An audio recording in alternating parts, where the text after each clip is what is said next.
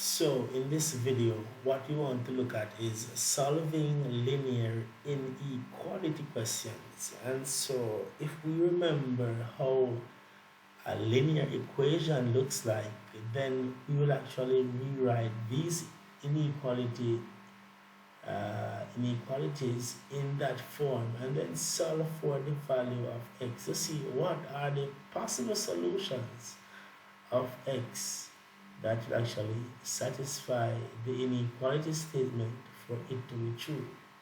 And if it is false, then let's see what are the solutions or what would be the value to make it false. What we will be primarily looking at the satisfying conditions. Also, after solving these inequalities, then we'll actually represent them on the number line to look where the solutions are actually at as we go ahead. So let's look at few simple ones. So if I have say x plus 4 is greater than 9, and so we could actually rewrite this as x plus 4 is equal to 9, because you could actually rewrite this as a linear equation, and we just make x the subject, because x is always what we always want to find. And so seeing that x is what we always want to find, so we go ahead and make x the subject. So we subtract both sides by 4, because we have a positive 4 and the opposite of positive 4 is a negative 4. And so we have, this gives us 0, and 0 plus x gives us x, and we would minus 4 from 9, it gives us 5. And after arriving at our answer, we'll actually rewrite the inequality sign, the inequality sign that we had from the beginning. So this is saying x is greater than 5. And so if we were to, it's greater than 5, if we were to substitute values, the solutions of x are greater than 5. So in order for the solution, in order for this statement to be true, we must substitute in x values that are greater than 5. If not, then it will make the inequality false. And we could go ahead and try. Let's just say we're going to use 5, even though it did not say it is equal to 5. But just to prove something, if we say 5 plus 4, it gives us 9.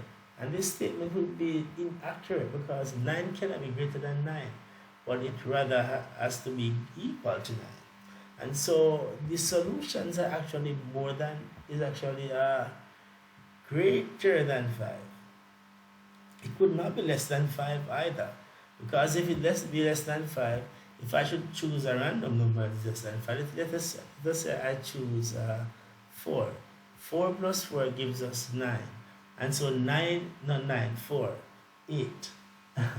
4 plus 4 gives us 8. And so it could not be equal, it could not be greater than 9. And so just by little intuitions and logical reasoning, we could know that the solutions could not be certain values, or else the inequality would read to be false. And our objective is to actually see all the possible solutions that would make the inequality true.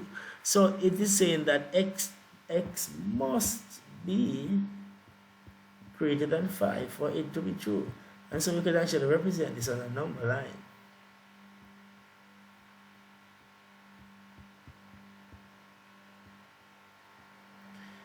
We don't need any negatives for now. So we could actually represent this by locating it at 5, having it open, because when it is open, that simply means it is not equal to 5. But when it is shaded, it is equal to 5. So since it is open, it is not equal to 5. And it says it is greater than 5, so it is going above, it is going towards numbers that are greater than 5. And so the solutions will actually be above 5, at least 5.00000001, and onwards, way up to infinity, positive infinity. Let's look at another one. say we have x minus 3 is less than 2. And we'll do the same thing. We'll actually rewrite this as a linear equation.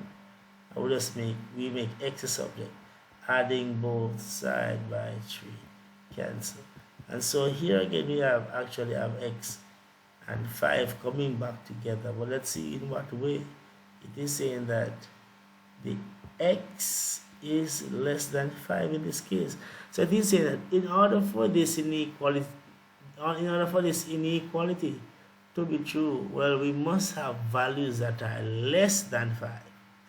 And so we could actually write a number line. And we could actually randomly think of a number as less than 5. So we could say 4. If we should put 4 right here, 4 minus 3, would this make the inequality true? 4 from 3 is what? 1. Would 1 be less than 2? Indeed, it would be. So that's why we have to select numbers that are less than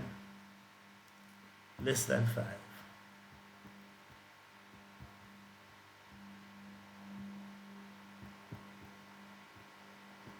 And so we actually start at 5, have a opening because it is not close, it's not equal. And then we go that direction because we are going less than 5. So the solutions for x lie below 5 down to negative infinity. And so let's look at another one. What if we had 5x is equal, well, is greater or equal to 15? So we do the same thing as a linear equation. Make x a subject by dividing both sides by 5 because the x is being multiplied by 5. And so we have x is equal to 5 into 15 goes 3 times. And so we'll actually rewrite this as x is greater or equal to 3.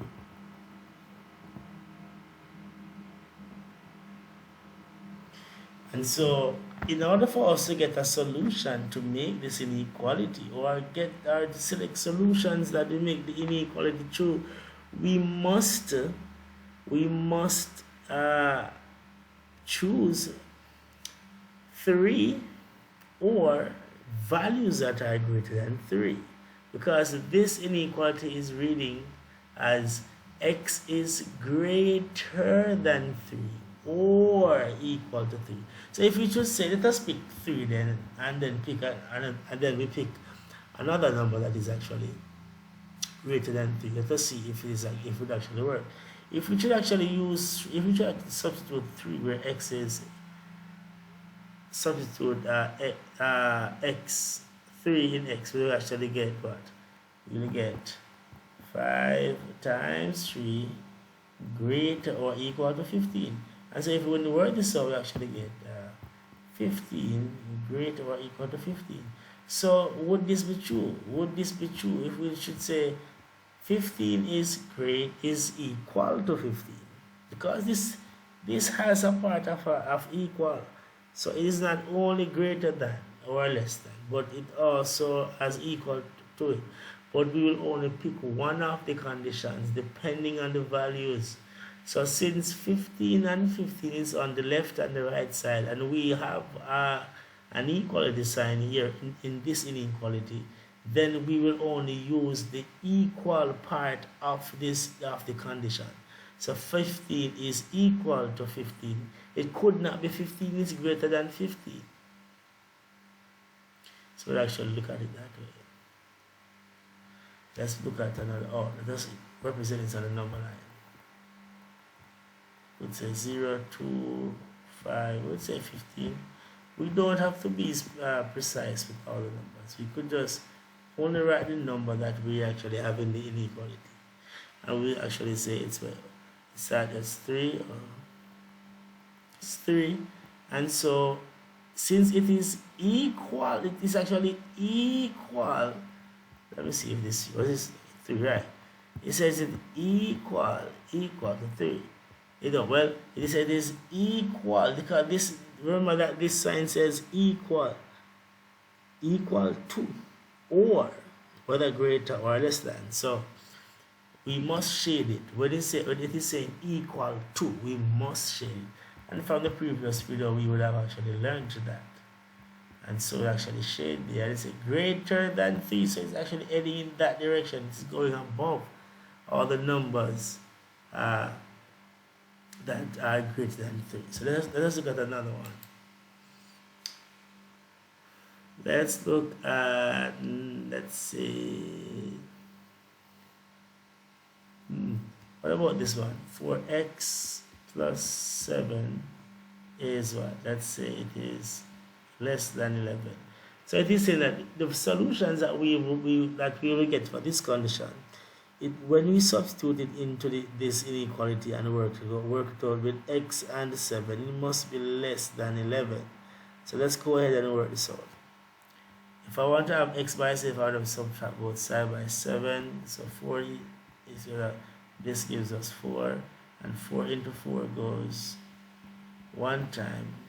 So x is equal to 1. So it is saying that x is actually equal to 1. And, well, not equal to 1, necessarily equal to what is actually saying. It is actually saying x is less than 1. Because this side is equal, this side is 1, and this side is only left with x. And so x will be on this side, 1 will be on that side. So this reads x is less than 1. And so in order for us to actually find solutions that will make this statement true, we must select any or pick any number that is less than 1. And so we could actually just think about a number that is less than 1 and plug it into this inequality and see if it works. So we must figure that's less than 1. But we could not use 1 because 1 is not less than 1. So we could say, could choose a number that's less than 1. We could use 0 plus 7 is less than 11. 4 times 0 gives us 0, and 0 plus 7 gives us 7. And so it actually makes inequality true. We could actually use another number that is less than 1. We could use negative 1. And so we could say 4 times negative 1 plus 7 is less than 11. When you multiply a negative by a positive, you get back a negative. Negative 4 plus 7. And then you owe $4 at the shop. You have $7 in your pocket. You are left with $3. And so this reads truthfully. If we were to actually represent this on a number line, we would say 1, 2, 3, 4, 5. We would actually open at 3 and go, no, that's 1. It was what? 1. 1. Open at 1 and it goes that direction.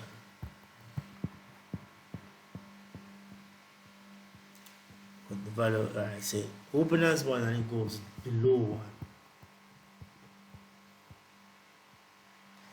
Let's look at another one. Let's look at something that, let's look at this one. If we have, let's say 6x, bracket plus 2,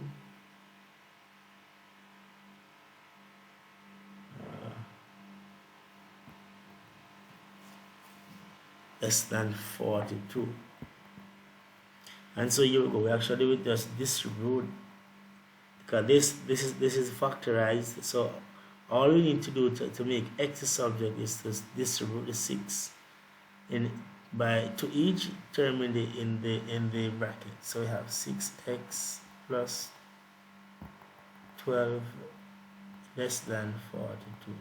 Make x a subject, we subtract both sides by 12, and so we have x is equal to 30. 6x is equal to 30, and we divide both sides by 6, leaving x being 5.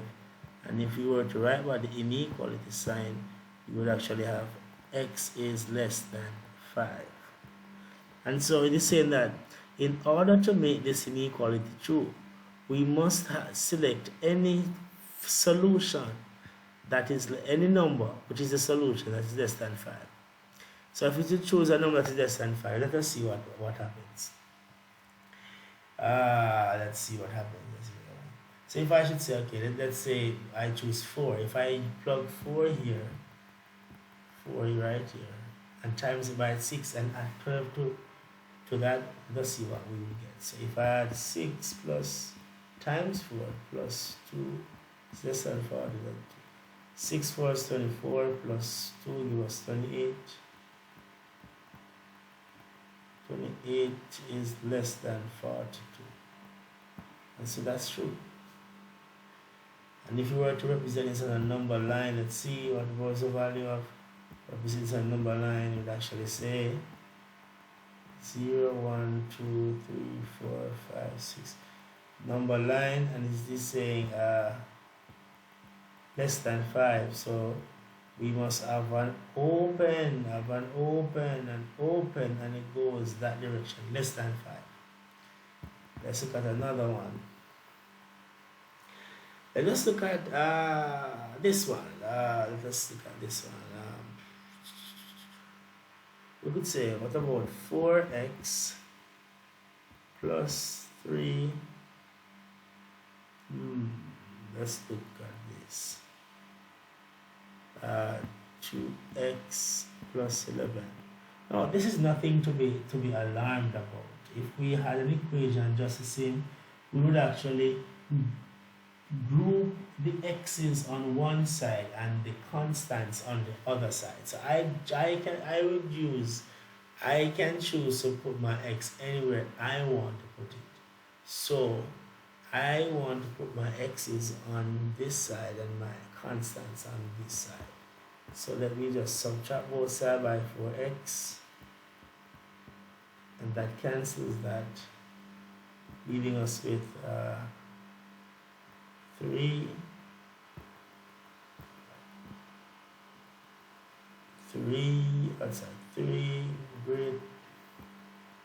greater or equal to 3x minus 4x plus 11, and we subtract both sides by 11, and so we will have 3 minus 11 greater or equal to 2x minus 4x. And we could actually simplify this, and so let's simplify. Well, we could have actually replaced this with an equal sign, which I said before, but sometimes I genuinely just forget. Well, to me, it just doesn't really change anything to me. But you can always be on the safe side. And so we'll have this will give us, let's see, what's that? -8. Yes, -8, and this is equal to -2x. Now, this is a very interesting one. Remember, whenever we are dividing by a negative or multiplying by a negative, we must always flip the inequality. We always flip the inequality sign. So let's divide by a -2. -2 divided by -2. And so we'll actually have this. This cancels that, and this goes in, 2 goes into -2 goes into -8 4 times. And so we'll have x all by itself. Let us look at all this. So the inequality was actually saying greater or equal to, and now we're actually going to switch it like this. So it is saying x, in order for the solution to be true, x must be greater or equal to 4. So we can actually represent that on a number line. So it says 1, 2, 3, 4, 5, 0, -1. So it says that x is what? Less than. Oh, let's check it. Let's see if that is correct. Alright, so it will actually be. Oh, 4 is less than. Okay, it says less than. It says less than. So it say that 4 as x is greater or less than, And so we will actually we represent it by starting at 4, closing it at 4 because it is equal to 4, and it says greater than 4, so it's heading in that direction. So if we were to choose any one of these equation, this solution, it should make the inequality true. Let us prove it. Let us use 4 because it says it's equal to 4. So if we should plug 4 anywhere we see x in this inequality, let's see if it makes this inequality true. So let's try something and see if it works. And so if we choose, then let us use 4 or any number that we could use 5. It doesn't matter. Let's use 5 and see what happens. If I put 5 where x is, I will get 4 times 5. That gives us 20 plus 3. And then we have this sign goes here with 5. This goes 10 plus 11. Now I'm running out of space, but we can actually bring it away. This gives us 23. Was it 23?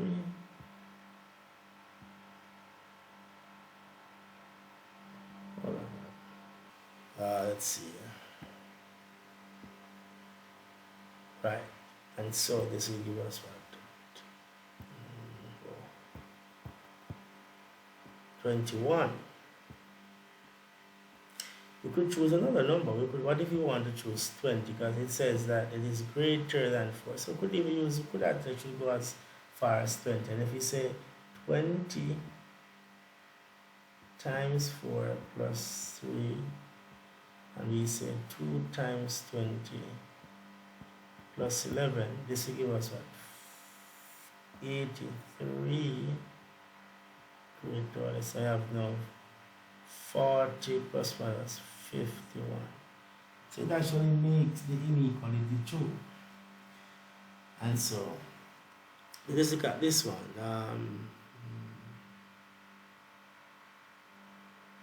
Let's look at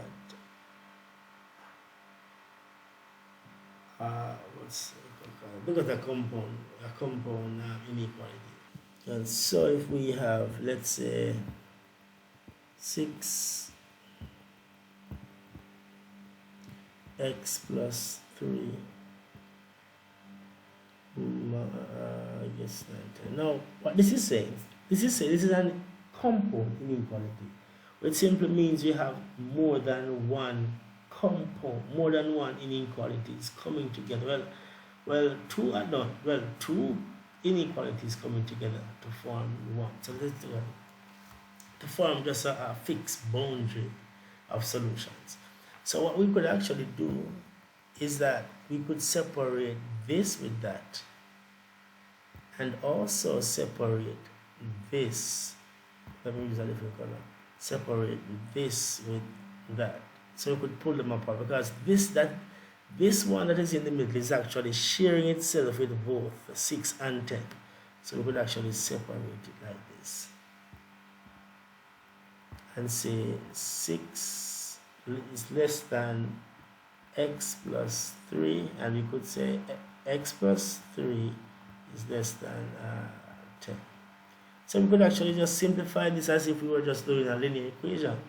If we could put an equal sign there, an equal sign there, just make x the subject and just see what happens. So if I should actually subtract both sides by 3 here, I would get now x, this cancels that 3 from that gives us 6. And we have x is greater than 3, and then on this side actually do the same thing. We say subtract both sides by 3, and so that cancels that, and so what we have is x is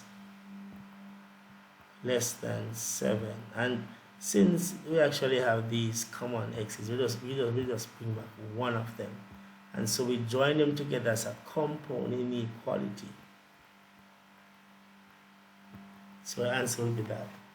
And we could actually choose any one of these, and we could actually choose a solution that is between 7 and 3 to prove if this is actually true. So let's choose any number that is between 7 and 3. Let's choose 4. So if we should substitute 4 when we see x into this inequality, would it make the inequality true? Let's try. Let's say we put 4 right here. So what we have is 6, the inequality of 4 plus 3, and we have 10. If we continue, we have 6 is less than 7 and 6 less than 7. Well, we will from the middle. 7 is greater than 6 while it is well, 7 is greater than 6 and less than 10. And so we will actually have this inequality be true. Let us look at another one. Say we have 0 less than or equal to x minus 6 all divided by 2 less than 2. Now we do the same thing as we did before. We just share the inequalities between 2 and we actually have the solution. So we actually share this with the 0 and also share this with the 2. And so we actually separate them and then put them back together as a compound inequality. So let's go. So we have 0 less than or equal to x minus 6 over 2, while we have x minus 6 over 2 is less than 2.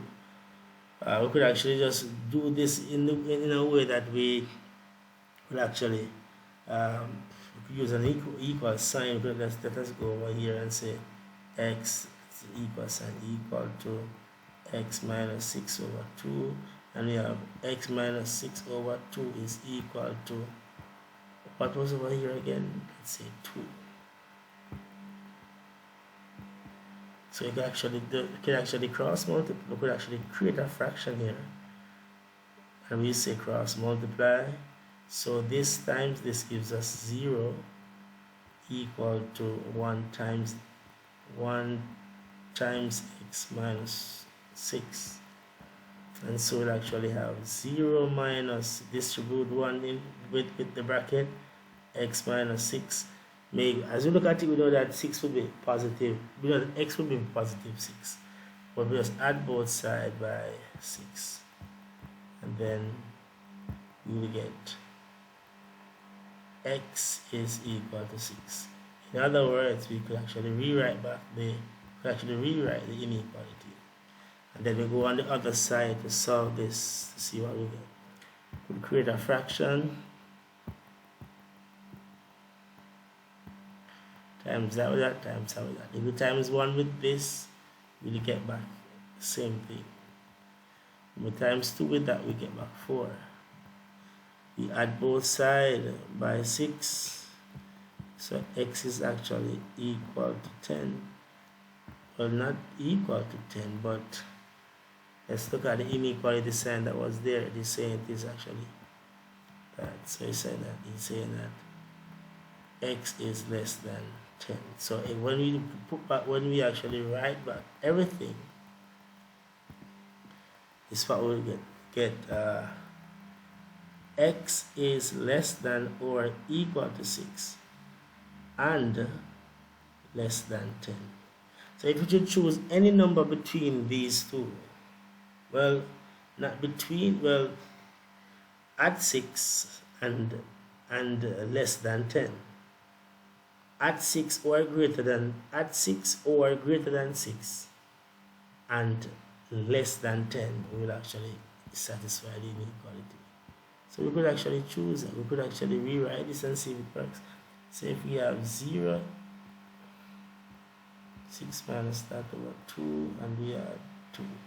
Let us choose a random number. We could actually use 6. If you want, we can use 6 because it is actually equal at 6. It is equal at 6. So we could say, okay, if we say 6, then we could say, let's say, if you put 6 right here, we get 0 for the numerator. And if we get 0 for the numerator, when we divide that by 0, we get back 0. And so we'll have 0 is less than or equal to 0 and less than 6. So, and this will actually be true because 0 is equal to 0 while it is actually less than 6. So there you go.